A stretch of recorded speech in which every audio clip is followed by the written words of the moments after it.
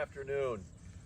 We want to start to do something here in the future. We're probably going to start it now, and that is some short videos on some very hot topics. So we take so many questions every day, and typically, like this week, everything is what are we planting for fall? Another thing is what about this weed, or what about that weed, or what about chemical? Without getting into too much detail, we want to go over things that are super hot during the time frame that we are in.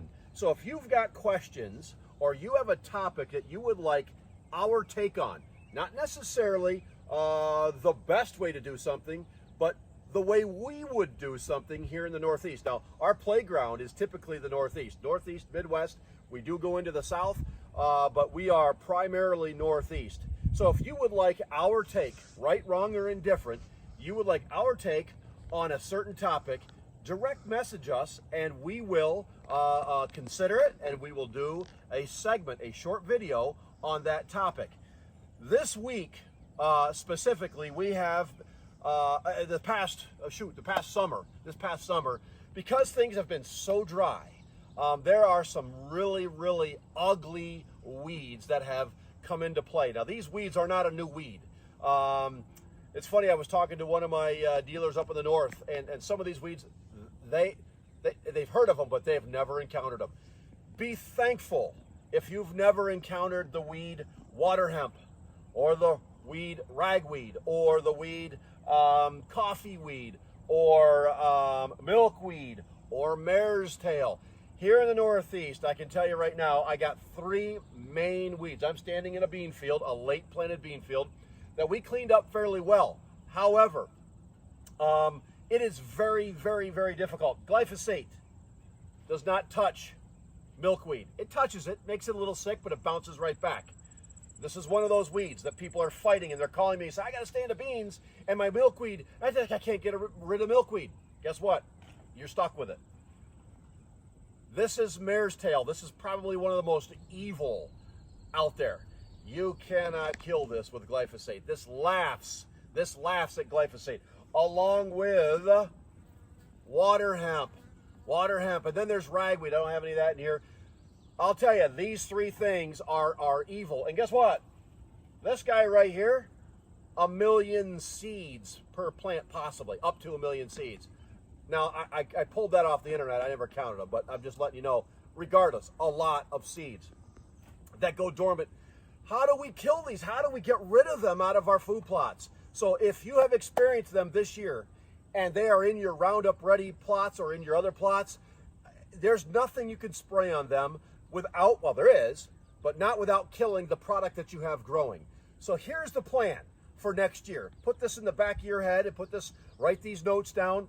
And, oh, by the way, we have started a YouTube page, I guess, and these videos are going to get downloaded on YouTube. But how do we get rid of this for next year? So make a plan, and here's how you get rid of it for next year. Next year, you let everything green up. All these babies will start greening up, along with other grasses and weeds. You're going to go out there with your glyphosate and a product called 2,4-D. Now, I'm not ever going to recommend anything that you can't get by a restricted product, without a restricted license. I'm going to only recommend products that you can buy over the counter, at least here in New York State. You may be able to buy it, you may not be able to buy them over the counter in another state, but typically if you can buy them over the counter in New York State, you'll be able to buy them over the counter pretty much in every other state, barring California. Anyway, these products, you mix your glyphosate, 1 quart of glyphosate per 10 gallons of water or 20 gallons of water, and you mix 1 quart of A2,4-D product, Amine 400. There's other products you can put in there. Trying to think of something over the counter. Well, let's stick with this 2,4-D at the moment. You put both of those in there, you are going to nuke your food plot. Everything that's in your food plot, good or bad, is going to die. Then, typically what we would do is we'd come back and we would start to till and plant, and then we would put our food plot products in. That's not what we're going to do. So we're going to kill it. We're going to nuke it with a 2,4-D, and we're going to nuke it with a glyphosate tank. Mix them both and spray your food plot.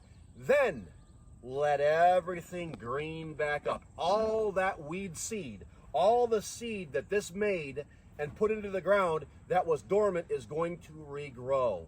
You will more than likely, if you wait till that second round of green up, and then you hit it with just, again, a 2,4-D and a glyphosate product, you are going to kill everything. You have to wait a minimum of 7 days before you plant, because 2,4-D, there is a little residual there. So 7 days or a good hard rain, and you will eliminate. You will have a perfectly clean food plot. Now you'll look, I say perfectly clean. You can see in the background, I have mare's tail that's still popping up. Now I did that practice here, and I didn't quite follow my own plan quite as tightly as I just spoke. But you can see I ran over it with glyphosate to kill all the weeds, and it did great in my whole plot, except for that mare's tail. That mare's tail, it set it back, but it didn't kill it. So a double dose, let it green up in the spring, kill it with a double nuke, and then let it green up again, kill it with that nuke again, and then go ahead and plant after 7 days. You'll have the most perfectly clean food plot you ever had.